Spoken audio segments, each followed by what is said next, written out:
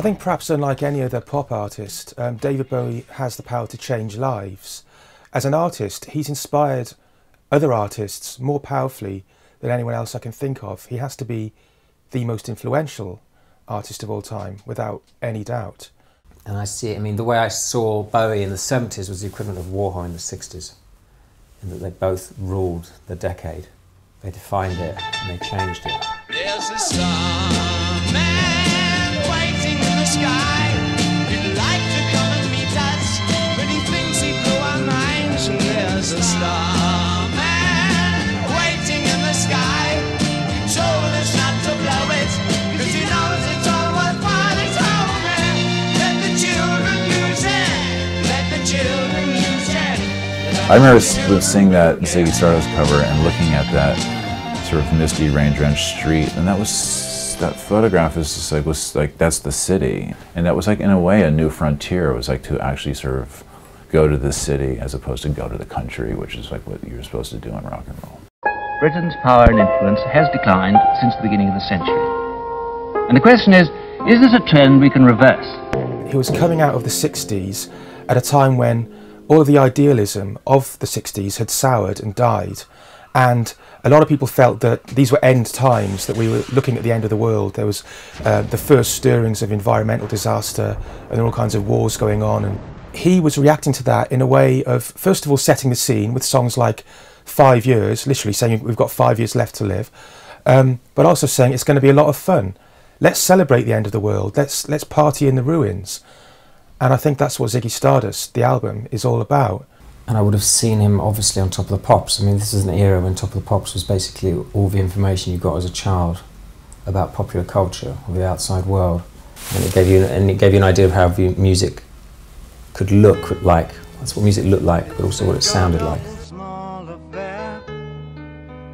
To the girl with the mousy hair, but her mommy is yelling no, and her daddy has told her to go, but her friend is nowhere to be seen. Now she walks through her sunken dream to the seat with the clearest view, and she's hooked to the silver screen. But the film is a sad thing for she's lived it 10 times or more. At the time that he became famous, homosexuality in Britain hadn't long been legalised. He was portraying what you might call the life of Bi in a way that did make it seem tragic or some kind of hidden underground secret, but made it seem like incredible fun. And when you think of things like that, you can see how he must have blown people's minds at the time. When I did see an image of David Bowie the first time, I was just astonished to see as a sort of otherworldly person, and he's got such an interesting face. I mean, the cheekbones, the teeth, sort of like the very androgynous style that he had. He wears clothes that's elegant. He knows what suits him. He's incredibly good looking. His eyes are very, very, very extraordinary. It was an enormous influence. I just wanted to be David Bowie.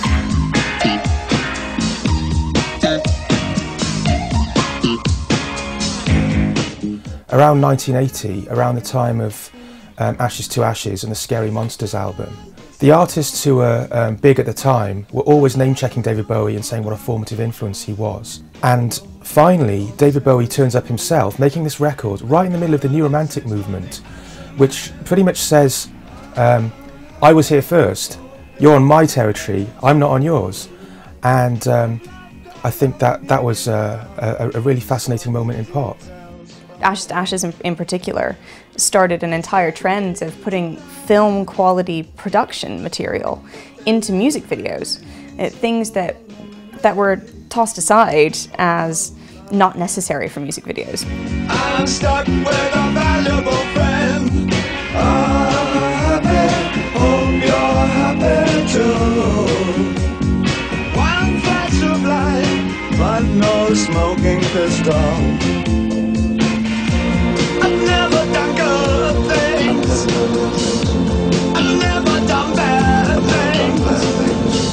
I never did anything. it's not completely autonomous. His genius is actually collaborative, and he's always achieved his effects by working with the best people he can find, whether it's choreographers like Lindsay Kemp, photographers like Mick Rock, and producers Brian Eno, Tony Visconti.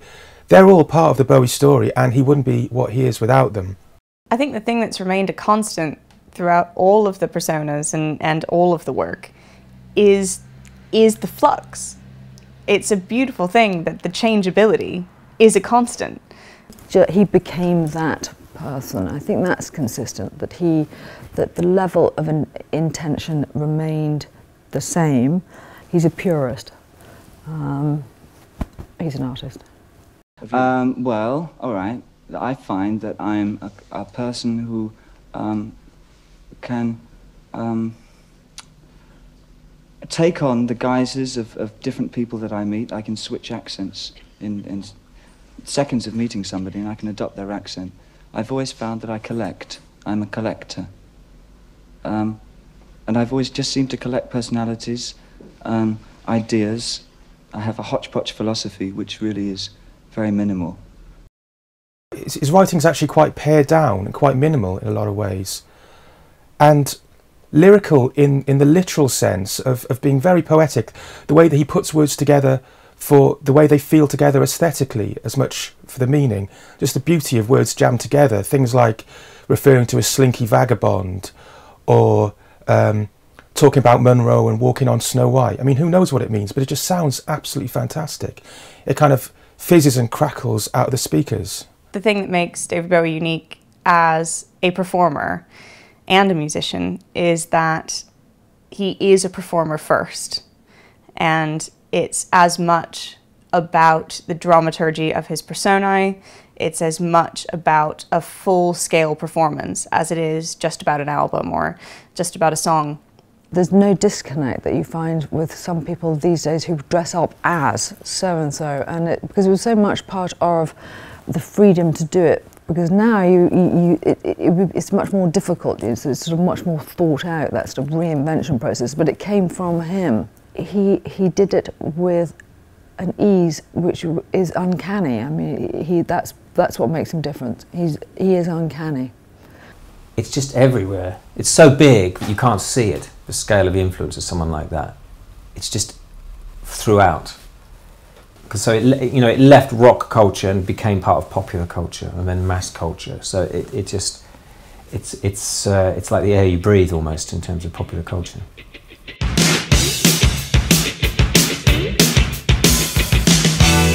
I know when to go out.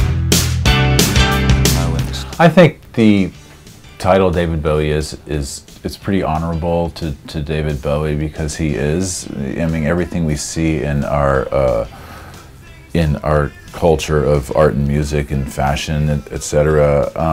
A lot of that information is really tantamount to Bowie. It is important that the title is in the present tense, and it's not just that the V&A thought it would be interesting or provocative, is that it has to be, because he's present, because he's always making work. He genuinely is still an active artist, and he's nobody's museum piece or zoo animal or frozen exhibit. So I think David Bowie is. He always will be.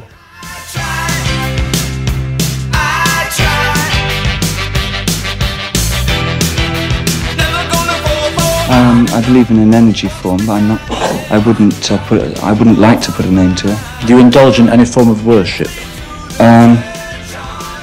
Life. I love life very much indeed.